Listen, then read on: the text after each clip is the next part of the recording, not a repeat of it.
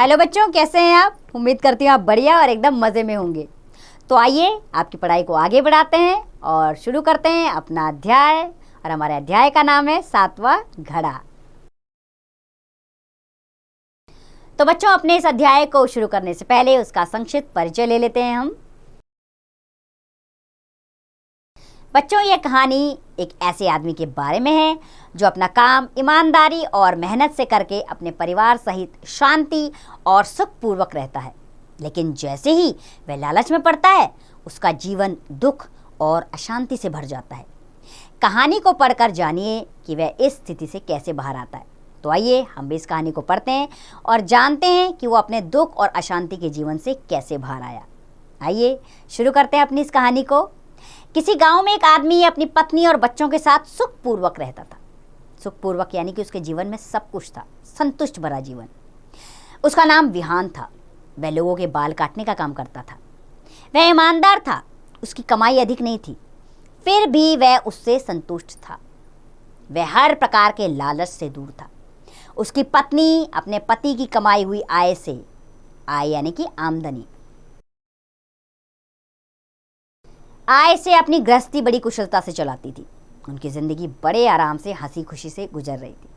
अर्थात विहान जितना भी कमाता था, उसकी पत्नी उसी में गुजारा करती थी और कोई शिकायत नहीं करती थी। जीवन बड़ा आरामदायक चल रहा था। विहान अपने काम में बहुत निपुण था। दूर दूर तक उसके नाम को लोग जानने लगे। बढ़ते बढ़ते उसकी ख्याति का अर्थ होता है बच्चों प्रसिद्धि। उसकी ख्याति वहां के राजा तक पहुंच गई। एक दिन राजा ने उसे अपने पास बुलवाया और उसे रोज महल में आकर अपनी हजामत करने का हुक्म दिया। तो बच्चों, आप सोचकर बताइए कि दूर दूर तक लोग विहान के नाम को क्यों जानने लगे थे।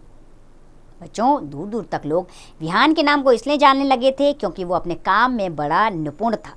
इस कारण उसकी प्रसिद्धि बहुत दूर दूर तक फैल गई थी। इसी कारण उसकी प्रसिद्धि जब राजा के कानों तक पहुंची तो राजा ने उसे बुलवाया और कहा कि रोज महल में आकर मेरी हजामत करोगे। ये हुक्म दिया। हुक्म देना यानी कि आदेश देना। राजा को हुक्म सुनकर विहान बहुत ही प्रसन्न हुआ। अगले ही दिन से उसने राजा के महल में उसकी हजामत बनाने के लिए आना शुरू कर दिया। उसे प्रतिदिन हजामत बनाने के लिए एक स्वर्ण मुद्रा मिलती थी। इतना सारा पैसा पाकर विहान की पत्नी भी बहुत प्रसन्न हुई। अब उनका जीवन और भी आराम से कटने लगा। घर में किसी भी चीज की कमी नहीं रही और हर महीने अच्छी रकम की बचत भी होने लगी। अर्थात खर्चा होता था लेकिन साथ में बचत भी होती थी। विहान, उसकी पत्नी और बच्चे सभी बहुत खुश रहने लगे। एक दिन शाम को जब विहान अपना काम निपटाकर महल से अपने घर लौट रहा था तो रास्ते में उसे एक आवाज सुनाई दी। आवाज एक यक्ष की थी। यक्ष ने विहान से पूछा, मैंने तुम्हारी ईमानदारी के बड़े चर्चे सुने हैं। मैं तुम्हारी ईमानदारी से बहुत खुश हूं और तुम्हें सोने की मुद्राओं से भरे 7 घड़े देना चाहता हूं। क्या तुम मेरे दिए हुए घड़े लोगे? यक्ष ने कहा उससे कि तुम्हारी ईमानदारी से मैं बहुत प्रसन्न हूं और इस ईमानदारी का मैं तुम्हें इनाम देना चाहता हूं। और इनाम में क्या दूंगा? 7 घड़े जिसमें सोने की मुद्राएं होंगी। विहान पहले तो थोड़ा डरा कि पता नहीं ये सच बोल रहा है कि झूठ, लेकिन दूसरे ही पल उसके मन में लालच आ गया और उसने यक्ष के लिए सोने की मुद्राओं से भरे घड़े लेने का मन बना लिया। उसने यक्ष से कहा, हाँ, मैं आपके द्वारा दिए गए घड़े लेने को तैयार हूं। विहान का उत्तर सुनकर उस आवाज ने कहा, ठीक है, 7 घड़े तुम्हारे घर पहुंच जाएंगे। विहान तेज कदमों से चलता हुआ जब अपने घर पहुंचा तो अपना कमरा खोला तो उसने देखा कि वास्तव में 7 घड़े उसके कमरे में रखे हुए थे। उसे तुरंत सारी बात अपनी पत्नी को बताई। वह भी कमरे में घड़ी देखकर हैरान हो गई। हैरान का अर्थ होता है आश्चर्य में पड़ना। उन दोनों ने घड़े खोलकर देखना शुरू किया। उन्होंने देखा कि 6 घड़े तो पूरे भरे हुए थे, लेकिन 7वां घड़ा आधा खाली था। अब आप ये बताइए कि विहान की पत्नी क्या देखकर हैरान रह गई? बच्चों, विहान की पत्नी 7 घड़े सोने के भरे हुए देखकर हैरान रह गई। विहान ने अपनी पत्नी से कहा, कोई बात नहीं, हर महीने हम जो बचत करते हैं उसे इस घड़े में डाल दिया करेंगे। शीघ्र ही यह घड़ा भी भर जाएगा। इन 7 घड़ों के सहारे हमारा बुढ़ापा आराम से कट जाएगा। अगले ही दिन से विहान ने अपने दिन भर की बचत को उस घड़े में डालना शुरू कर दिया। महीनों बीत गए लेकिन वह घड़ा नहीं भरा। वह बहुत हैरान था। तब उसने अपने दैनिक खर्च में, दैनिक यानी कि रोज के खर्च में, दैनिक खर्च में कटौती करनी शुरू कर दी। अर्थात उसने कम खर्च करना शुरू कर दिया और घड़े में और अधिक पैसे डालने लगा। लेकिन 7वें घड़े की भूख इतनी अधिक थी कि वह कभी भी भरने का नाम नहीं लेता था। धीरे धीरे विहान बहुत कंजूस होता चला गया और घड़े में अधिक पैसे डालने लगा, क्योंकि उसे अपना 7वां घड़ा जल्दी से भरना था। विहान की कंजूसी के कारण घर में पैसे की कमी आनी शुरू हो गई, क्योंकि अब वह अपनी पत्नी को घर खर्च के कम पैसे देता था। उसकी पत्नी ने उसे समझाने की कोशिश कई बार की, लेकिन उस पर तो बस एक ही धुन सवार थी कि 7वां घड़ा जल्दी से जल्दी कैसे भरे। अब विहान के घर में वातावरण पहले जैसा नहीं रहा। उसकी पत्नी उसकी कंजूसी से तंग आ गई थी। बात बात में दोनों के बीच लड़ाई शुरू हो जाती। घर के झगड़ों से विहान परेशान और चिड़चिड़ा हो गया। एक दिन राजा ने विहान से उसकी परेशानी का कारण पूछा।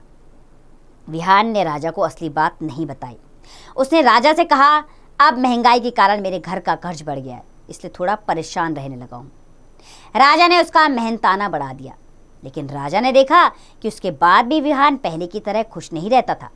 वह अब भी परेशान और चिड़चिड़ा ही रहता था। एक दिन राजा ने विहान से पूछ ही लिया, कहीं तुम्हें यक्ष के 7 घड़े तो नहीं दिए हैं? तब विहान ने राजा को सब सच सच बता दिया। राजा ने विहान से कहा, वह 7 घड़े यक्ष को वापस कर दो। विहान बोला, लेकिन क्यों? राजा ने कहा, क्योंकि 7वां घड़ा कभी नहीं भरेगा। वह साक्षात लोभ है, उसकी भूख कभी नहीं मिटती। अब विहान की समझ में सारी बात आ गई। जैसे ही वह अपने घर लौटा, उसने सारे घड़े यक्ष को वापस कर दिए और उससे क्षमा मांगी कि वह उसके उपहार को नहीं रख सकता। तो बच्चों, सोचकर बताइए कि घर लौटकर विहान ने क्या किया? तो बच्चों, घर लौटकर विहान ने 7 घड़े यक्ष को वापस कर दिए। घड़ों के जाने के बाद विहान का जीवन फिर से खुशी से भर गया। बच्चों, यह कहानी हमें बताती है कि मनुष्य को कभी लोभ नहीं करना चाहिए। भगवान ने हम सभी को अपने कर्मों के अनुसार वस्तुएं दी हैं। कर्मों यानी कि हमारे काम के अनुसार। हमारे पास जो है हमें उसी से संतुष्ट रहना चाहिए और खुश रहना चाहिए। अगर हम और अधिक के लालच में पड़ेंगे तो लोभ का 7वां घड़ा कभी नहीं भरेगा। उल्टे हम अपने मन की शांति और परिवार की खुशी को खो देंगे। लोभ का कोई अंत नहीं होता। जैसे विहान का जीवन खुशनुमा रहता था, वैसा बाद में नहीं रहा, क्योंकि उसके मन में लोभ आ गया था। लेकिन जैसे ही उसने लोभ को दूर किया, उसका जीवन फिर से सुखमय बन गया। तो बच्चों, ये कहानी हमें यही सीख देती है कि जीवन में लोभ से हमें दूर रहना चाहिए। हमारे पास जितना है उसमें संतुष्ट रहना चाहिए, खुश रहना चाहिए।